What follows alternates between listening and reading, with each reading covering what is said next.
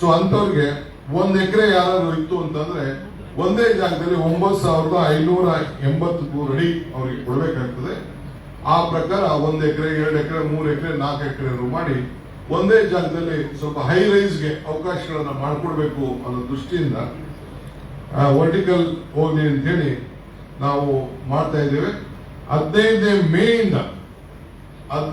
ಮೇಯಿಂದ ಅಂದ್ರೆ ನಾಳಿದಿಂದನೇ ಈ ಭೂ ಮಾಲೀಕರಿಗೆ ಎಲ್ಲರೂ ಕೂಡ ಏನು 3,052 ಭೂ ಮಾಲೀಕರಿದ್ದಾರೆ ಅವ್ರಿಗೆ ಸೆಂಟರ್ ಫಾರ್ ಇ ಗವರ್ನೆನ್ಸ್ ಅವರಿಂದ ಒಂದು ಸಾಫ್ಟ್ವೇರ್ ಅನ್ನ ನಾವು ತಯಾರು ಮಾಡಿ ಆ ಸಾಫ್ಟ್ವೇರ್ ಮುಖಾಂತರ ಯಾರೆಲ್ಲರೂ ಕೂಡ ಹಂಚುವಂತ ಕೆಲಸವನ್ನ ನಾವು ಮಾಡ್ತಾ ಇದ್ದೇವೆ. ಇದು ಶಿವರಾಮ್ ಕಾರಂತ್ ಲಿಮಿಟ್ ನಲ್ಲಿ ಈ ಒಂದು ತೀರ್ಮಾನವನ್ನ ನಾವು ತೆಗೆದುಕೊಂಡಿದ್ದೇವೆ.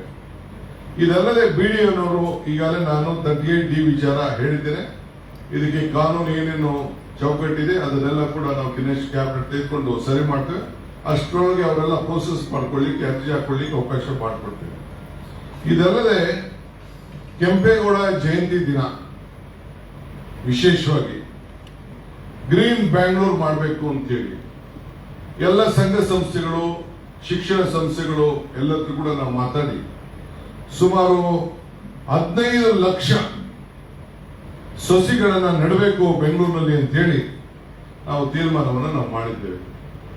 ಒಂದೇ ದಿನ 15 ಲಕ್ಷ ಸಸಿಗಳು ಕೆಲವು ಎಲ್ಲ ಕಾಲೇಜವರು, ಸರ್ಕಾರಿ ನೌಕರು, ವಾಲಂಟಿಯರ್ಸ್, NGOಗಳು ಎಲ್ಲರೂ ಕೂಡ ಈ ಒಂದು ದಿನ ಅವಕಾಶವನ್ನು ನಾವು ಮಾಡಿಕೊಡ್ತಾ ಇದ್ದೇವೆ.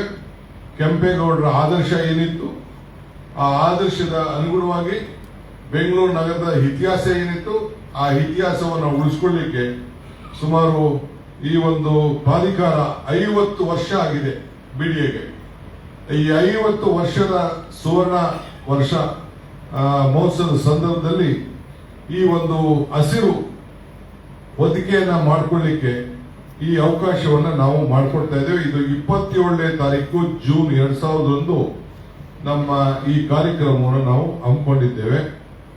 ಇದಲ್ಲದೆ peripheral ring road business corridor ಅಂತ ಹೆಸರನ್ನ ಇಟ್ಟು ಈಗಾಗಲೇ ನೋಟಿಫಿಕೇಶನ್ ಕರೆದಿದ್ದೇವೆ. 80% ಅಷ್ಟು ಈಗಾಗಲೇ ಜನ ಫಸ್ಟ್ ಫೇಸ್ ನಲ್ಲಿ ರೈತರೆಲ್ಲ ನಮಗೆ ಅನುಮತಿ ಕೊಟ್ಟಿದ್ದಾರೆ. ಟೆಂಡರ್ ಕೂಡ ಕರೆದಿದ್ದೇವೆ, ಕೆಲಸ ಆಗ್ತಿದೆ. ಸೆಕೆಂಡ್ ಫೇಸ್ ಕೂಡ ಈಗಾಗಲೇ ನಾವು ನೋಟಿಫಿಕೇಶನ್ ಕಂಪ್ಲೀಟ್ ಮಾಡಿದ್ದೇವೆ, ಈಗಾಗಲೇ ನಡೀತಾ ಇದೆ. ರೈತರುಗಳೆಲ್ಲ ಮುಂದಕ್ಕೆ ಬರ್ತಾ ಇದ್ದಾರೆ. ಈಗೇನ್ ನಾವು ಕೊಟ್ಟಿದ್ದೇವೆ ಬಹುಶಃ ದೇಶದ ಉದ್ದಗಲೂ ಕೂಡ ಯಾವ ರಾಜ್ಯದಲ್ಲೂ ಈ ರೀತಿ ಅವರಿಗೆ ಬೆನಿಫಿಟ್ ಇರಲಿಕ್ಕೆ ಸಾಧ್ಯ ಇಲ್ಲ. ಅಂತ ಬೆನಿಫಿಟ್ ಅನ್ನ ನಾವು ನಮ್ಮ ಭೂ ಮಾಲೀಕರಿಗೆ ಕೊಟ್ಟಿದ್ದೇವೆ. ಸೊ ಅದು ಕೂಡ ಆಗ್ತಾ ಇದೆ. ಈಗ ಎಲೆಕ್ಟ್ರಾನಿಕ್ ಸಿಟಿಯಿಂದ ಮೈಸೂರು ರೋಡ್ ವರೆಗೂ ಏನಿದೆ ಅವತ್ತು ಹಿಂದೆ ನೋಟಿಫಿಕೇಶನ್ ಆಗಿತ್ತು, ಅದನ್ನು ಕೂಡ ಈಗ ನಾನು ಇನ್ನೊಂದು 3-4 ದಿನದಲ್ಲೇ ನನಗೆ ಫೈಲ್ ಬಂದಿದೆ ನಮ್ಮ ಸರ್ಕಾರಕ್ಕೆ ಬಿಡಿಎ ವತಿಯಿಂದ. ಅದನ್ನು ಕೂಡ ಫೈನಲ್ ನೋಟಿಫಿಕೇಶನ್ ಮಾಡಲಿಕ್ಕೆ ಹೊಸೂರು ರಸ್ತೆಯಿಂದ ಮೈಸೂರು ರಸ್ತೆವರೆಗೂ 33 kilometre Bengaluru business corridor south ನಲ್ಲಿ ಅದು ಕೂಡ ಹೊಸ ರಸ್ತೆ. ಈಗೇನು ಒಂದೇ ಸ್ಕೀಮ್ ಅಲ್ಲಿ ನಾವು ಕೊಟ್ಟಿದ್ದೇವೆ ಅಲ್ಲಿ ಯಾವ ರೀತಿ ಕೊಟ್ಟಿದ್ದೇವೆ 35% ಕಮರ್ಷಿಯಲ್ ಆ ರೋಡ್ ಪಕ್ಕ, ರೆಸಿಡೆನ್ಷಿಯಲ್ ಬೇಕಾದ್ರೆ 40%, ಇಲ್ಲ ಅಂದ್ರೆ ಅವ್ರಿಗೆ 2 times ದಿ ವ್ಯಾಲ್ಯೂ TDR, ಇಲ್ಲ ಅಂತಂದ್ರೆ 2 ಪಟ್ಟು ಹಣ. ಕಾನೂನಲ್ಲಿ ಅವಕಾಶ ಇರಲಿಲ್ಲ, ಆದ್ರೂ ಕೂಡ ನಾವು ಸ್ಪೆಷಲ್ ಆಗಿ ಅವ್ರಿಗೆ ಈ ರಸ್ತೆ ಆಗ್ಬೇಕು ಅನ್ನೋ ದೃಷ್ಟಿಯಿಂದ ಬಿಡಿಎನಲ್ಲಿ ನಮಗೆ 2 ಪಟ್ಟು ಕೊಡಕ್ಕೆ ಅವಕಾಶ ಇರಲಿಲ್ಲ. ಸ್ಪೆಷಲ್ ಆಕ್ಟ್ ಇದೆ ನಮಗೆ. ಆದ್ರೂ ಕೂಡ ನಮ್ಮ ಈ ಭಾಗದ ರೈತರುಗಳಿಗೆ ಭೂ ಮಾಲೀಕರಿಗೆ ಅನುಕೂಲ ಆಗಲಿ ಅಂತೇಳಿ ನಮ್ಮ ಏನು ರಿಜಿಸ್ಟ್ರೇಷನ್ ವ್ಯಾಲ್ಯೂ ಇದೆ ಆ ಪ್ರಕಾರ 2 ಪಟ್ಟು ಕೊಟ್ಟು, 2 ಪಟ್ಟು TDR ಕೊಟ್ಟು, FIR ಕೊಟ್ಟು, ಯಾರಾದ್ರೂ FIR ಈ ರೀತಿ 5 ಯೋಜನೆ ಆಯ್ಕೆ ಮಾಡಿ ಕೊಟ್ಟಿದ್ದೇವೆ. ಯಾವ್ದು ಬೇಕಾದ್ರೂ ಅವರು ಆಯ್ಕೆ ಮಾಡ್ಕೊಳ್ಬಹುದು.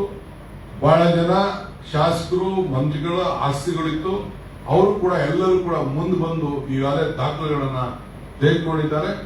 ಈಗಾಗಲೇ ಎಲ್ಲ ಮುಂದೆ ಬಂದು ಅವರು ಕೂಡ ಇದು ಒಳ್ಳೆ ಸ್ಕೀಮ್ ಮಾಡಿದ್ದೀರಿ ಅಂತೇಳಿ ಬೆಂಗಳೂರಿನ ಡಿಕಂಜೆಸ್ಟ್ ಮಾಡಲಿಕ್ಕೆ ಆ ಒಂದು ಬೆಂಗಳೂರು ಬಿಸಿನೆಸ್ ಕಾರಿಡಾರ್ ರಸ್ತೆ ಇದನ್ನ ಎಕ್ಸಿಬಿಷನ್ ಸೆಂಟರ್ ಇಂದ ಹಿಡಿದು ಈ ಕಡೆ ಎಲೆಕ್ಟ್ರಾನಿಕ್ ಸಿಟಿವರೆಗೂ ವೈಟ್ ಫೀಲ್ಡ್ ಮೇಲೆ ಹೊಸಕೋಟೆ ಪಕ್ಕದಲ್ಲಿ ಹೋಗಿ ಈ ಕಡೆ ಏರ್ಪೋರ್ಟ್ ರೋಡ್ ಅಲ್ಲಿ ಹೋಗಿ ತಿರ್ಗಾ ಮೈಸೂರು ರೋಡ್ ಎಲೆಕ್ಟ್ರಾನಿಕ್ ಸಿಟಿಯಿಂದ ಬನ್ನೇರುಘಟ್ಟದಿಂದ ಮೈಸೂರು ರೋಡ್ ಆ ವೀವರ್ ಏನಿದೆ ಅಲ್ಲಿ ಇದು ಮಾತ್ರ ಸ್ವಲ್ಪ ಡಿವಿಯೇಷನ್ ಮಾಡಿದ್ವಿ. ಅಲ್ಲಿ ವಿಪರೀತ ಮನೆಗಳಿರೋದ್ರಿಂದ ಸ್ವಲ್ಪ ಡಿವಿಯೇಷನ್ ಮಾಡಿದ್ವಿ ನಾವು. ಅದು ಬಿಟ್ರೆ ಇದು ಕೂಡ ನಾವು ಜಾಗೃತವಾಗಿ ಈ ಕೆಲಸನ ಮಾಡಬೇಕು ಅಂತೇಳಿ ಅಟ್ ನೋ ಕಾಸ್ಟ್ ಎಲ್ಲಿ ಯಾವ ಸಂದರ್ಭದಲ್ಲೂ ಕೂಡ ನಾವಂತೂ ಡಿನೋಟಿಫೈ ಮಾಡುದಿಲ್ಲ. ಇದನ್ನ ಕೆಲವರು ಕೋರ್ಟ್ಗೆ ಹೋಗಿರ್ಬೋದು, ಕೆಲವರು ಹೋರಾಟ ಮಾಡ್ತಾ ಇರ್ಬೋದು, ಕೆಲವರು ಸಮಾಧಾನ ಇಲ್ಲ ಅಂತ ಹೇಳಿರ್ಬೋದು. ಆದ್ರೆ ಇದಕ್ಕಿನ್ನ ಸಮಾಧಾನ, ಇದಕ್ಕಿನ್ನ ಬೆಸ್ಟ್ ಆಪರ್ಚುನಿಟಿ, ಇದಕ್ಕಿನ್ನ ಬೆಸ್ಟ್ ಇದನ್ನ ಸ್ಕೀಮ್ ಅನ್ನ ಇಡೀ ದೇಶದಲ್ಲೇ ಕೂಡ ನಾನು ಬಾಂಬೆಲಿ ನೋಡಿದ್ದೀನಿ. ಅಲ್ಲಿ ಬರೀ 12.5% ಕೊಡ್ತಾ ಇದ್ದಾರೆ. ಇಂಟರ್ನ್ಯಾಷನಲ್ ಏರ್ಪೋರ್ಟ್ಗೆ ತೆಗೆದುಕೊಂಡಿರುವಂತ ಕಡೆ ಬರೀ 12% ಭೂಮಿ ಕೊಡ್ತಾ ಇದ್ದಾರೆ. ನಾವು ಆ ಕೆಲಸ ಮಾಡ್ತಾ ಇಲ್ಲ. ನಾವು 35% ಕಮರ್ಷಿಯಲ್, 40% ರೆಸಿಡೆನ್ಷಿಯಲ್. ಆ ರೋಡ್ ಪಕ್ಕದಲ್ಲೇ ಅವರಿಗೆ ಕಮರ್ಷಿಯಲ್ ಕೊಡುವಂತ ತೀರ್ಮಾನವನ್ನು ನಾವು ಮಾಡಿದ್ದೇವೆ. 65 ಮೀಟರ್ ರೋಡು, 35% ರಸ್ತೆ, ಇಂಥದೆಲ್ಲ ಕೂಡ ನಾವು ಮಾಡ್ಕೊಂಡು ಬಂದಿದ್ದೇವೆ. ಸೊ ಬೆಂಗಳೂರು ವತಿಯಿಂದ ಇಂಥ ತೀರ್ಮಾನವನ್ನು ಮಾಡಿದ್ದೇವೆ. ಇನ್ನೊಂದು BDA ಇಂದ ಇನ್ನೊಂದು ವಿಶೇಷವಾದಂತಹ ಅನೌನ್ಸ್ಮೆಂಟ್ ಏನಿದೆ ಅಂತಂದ್ರೆ, ವೈಟ್ ಫೀಲ್ಡ್ ಅಲ್ಲಿ 1900 ಮನೆಗಳನ್ನ ಕಟ್ಟಿದ್ದೇವೆ. ವೈಟ್ ಫೀಲ್ಡ್ ನಲ್ಲಿ ಮೊನ್ನೆ 1900 ಮನೆಗಳನ್ನ ಕೊಟ್ಟಿದ್ದೇವೆ. 1 BHK ಮನೆ 760 ಸ್ಕ್ವೇರ್ ಫೀಟ್, ಬರೀ 6,686 ರೂಪಾಯಿ. ಅಲ್ಲಿ ಮಾರ್ಕೆಟ್ ವ್ಯಾಲ್ಯೂ ಯಾರು ಕೂಡ 12,000 13,000 ಕಡೆ ಮಾರ್ತಾ ಇಲ್ಲ. 6,686 ಮಾತ್ರ ರೂಪಾಯಿ ಮಾತ್ರ.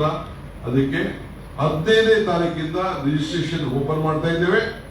3 ಬೆಡ್ರೂಮ್ಗೆ 1,733 ಸ್ಕ್ವೇರ್ ಫೀಟ್, 8,309 ರೂಪಾಯಿ. ಒಂದು ಸ್ಕ್ವೇರ್ ಫೀಟ್ಗೆ 1,44,00,000 ರೂಪಾಯಿ ಆಗ್ತದೆ. ಅಂದ್ರೆ ಒಂದು ಬೆಡ್ರೂಮ್ಗೆ ಇರುವಂತದ್ದು 760 ಸ್ಕ್ವೇರ್ ಫೀಟ್ 1 ಬೆಡ್ರೂಮ್ ಹೌಸ್ಗೆ 51 ಲಕ್ಷ. 3 ಬೆಡ್ರೂಮ್ ಇರುವಂತ ಕಡೆಗೆ 1,733 ಸ್ಕ್ವೇರ್ ಫೀಟ್ಗೆ ವೈಟ್ ಫೀಲ್ಡ್ ನಲ್ಲಿ ಕೇವಲ 8,309 ರೂಪಾಯಿ ಪಡ್ಕೊಂಡು ಅಡಿಗೆ 1,44,00,000 ರೂಪಾಯಿಗೆ 3 ಬೆಡ್ರೂಮ್ ಹೌಸ್ ಅನ್ನ ವೈಟ್ ಫೀಲ್ಡ್ ಕೊಡ್ಲಿಕ್ಕೆ ಅನೌನ್ಸ್ಮೆಂಟ್ ಮಾಡಿದೆ. ಈ ಬಿಲ್ಡಿಂಗ್ ಎಲ್ಲ ರೆಡಿ ಆಗಿದೆ. ಇದನ್ನ 15ನೇ ತಾರೀಕಿಂದನೇ ಯಾರು ಬೇಕಾದ್ರೂ ರಿಜಿಸ್ಟ್ರೇಷನ್ ಮಾಡಿಕೊಂಡು, ಆನ್ಲೈನ್ ಅಲ್ಲಿ ರಿಜಿಸ್ಟ್ರೇಷನ್ ಮಾಡಿಕೊಂಡು ದುಡ್ಡು ತುಂಬಿಕೊಂಡು ನಿಮ್ಮ ಪ್ರಯಾರಿಟಿಲಿ ತಾವು ಅದನ್ನ ಮಾಡ್ಕೊಳ್ಬಹುದು. ಐಟಿ ಏನಿದೆ ಅದಕ್ಕೆ ಪ್ರತ್ಯೇಕವಾದಂತಹ ರೂಲ್ಸ್ ಇದೆ, ಅದನ್ನ ಮಾಡ್ಕೊಳ್ಳಿಕ್ಕೆ ಅವಕಾಶ ಮಾಡಿಕೊಟ್ಟಿದೆ. ಇದಲ್ಲದೆ ಬೆಂಗಳೂರು ದಟ್ಟಣೆ, ಬಹಳ ಟ್ರಾಫಿಕ್ ಗಲಾಟೆ ಇವೆಲ್ಲ ಇದೆ. ಎಲ್ಲಾ ಕಡೆ ದೇಶದಲ್ಲಿ ಇದೆ. ನಾನು ಚೆನ್ನೈ ನೋಡಿದ್ದೀನಿ, ಡೆಲ್ಲಿ ನೋಡಿದ್ದೀನಿ, ಮುಂಬೈ ನೋಡಿದ್ದೀನಿ, ಎಲ್ಲ ನೋಡಿದ್ದೀನಿ. ಈಗಾಗಲೇ ನಾವು ಹೆಬ್ಬಾಳ ಹತ್ರ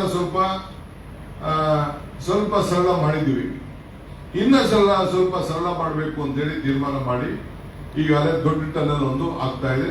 ಅದು ನೆಕ್ಸ್ಟ್ ಫೇಸ್, ಅದು ಅನೌನ್ಸ್ಮೆಂಟ್ ಮಾಡ್ತೀನಿ. ಈಗಾಗಲೇ ಟೆಂಡರ್ ಮುಗಿದಿದೆ. ಇನ್ನೊಂದು ಶಾರ್ಟ್ ಟನಲ್ ಹೆಬ್ಬಾಳ್ ಜಂಕ್ಷನ್ ಇಂದ US ಕೃಷಿ ವಿಶ್ವವಿದ್ಯಾಲಯ ಪಕ್ಕದಲ್ಲಿ ಹೋಗ್ತದೆ. ಅಲ್ಲಿ ಬಂದು ಓಪನ್ ಆಗಿ 3 line cut and cover tunnel ಬರ್ತದೆ. ಸುಮಾರು 2.2 ಕಿಲೋಮೀಟರ್ ಒಂದು ಟನಲ್. ಈಗಾಗಲೇ ನಾವು ರಿತ್ವಿಕ್ ಪ್ರಾಜೆಕ್ಟ್ಸ್ ಅನ್ನೋರಿಗೆ ನಾವು ಬರೀ 18 ತಿಂಗಳಲ್ಲಿ ಮುಗಿಸ್ಬೇಕು ಅಂತೇಳಿ ಹೇಳಿದ್ದೇವೆ. ಅದ್ರ ಜೊತೆಗೆ ನಮ್ಮ ಮೇಕ್ರಿ ಸರ್ಕಲ್ ಏನಿದೆ ಅಲ್ಲಿವರೆಗೂ ಕೂಡ ಅಲ್ಲಿಂದ ಇನ್ನೊಂದು ಎಲಿವೇಟೆಡ್ ಕಾರಿಡಾರ್ ಸುಮಾರು 1.7 ಕಿಲೋಮೀಟರ್ 2+2 ಲೈನು. ಈ ಟನಲ್ ಇದು 6 ಲೈನು, ಇದು 3 ಲೈನು ಟ್ವಿನ್ ಟನಲ್. ಇದು ಏಕೆಂದ್ರೆ ಅಲ್ಲಿಗೆ ಬಂದ ತಕ್ಷಣ ರೋಡ್ ಬೇರೆ ಅವಕಾಶಗಳಿದೆ.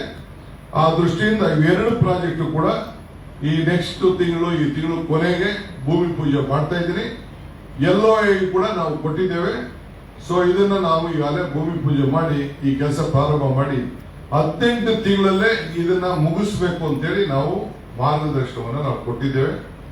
ಸೊ ಇದಲ್ಲದೆ ಇನ್ನ ಬೇಕಾದಷ್ಟು ನಮ್ಮ ನಾಡಪ್ರಭು ಕೆಂಪೇಗೌಡ ಬಡಾವಣೆಯಲ್ಲಿ ಸುಮಾರು 631 ಕೋಟಿ ವೆಚ್ಚದಲ್ಲಿ 10.77 ಕಿಲೋಮೀಟರ್ ಆ ರಸ್ತೆ ಕೂಡ ಮುಗಿದಿದೆ.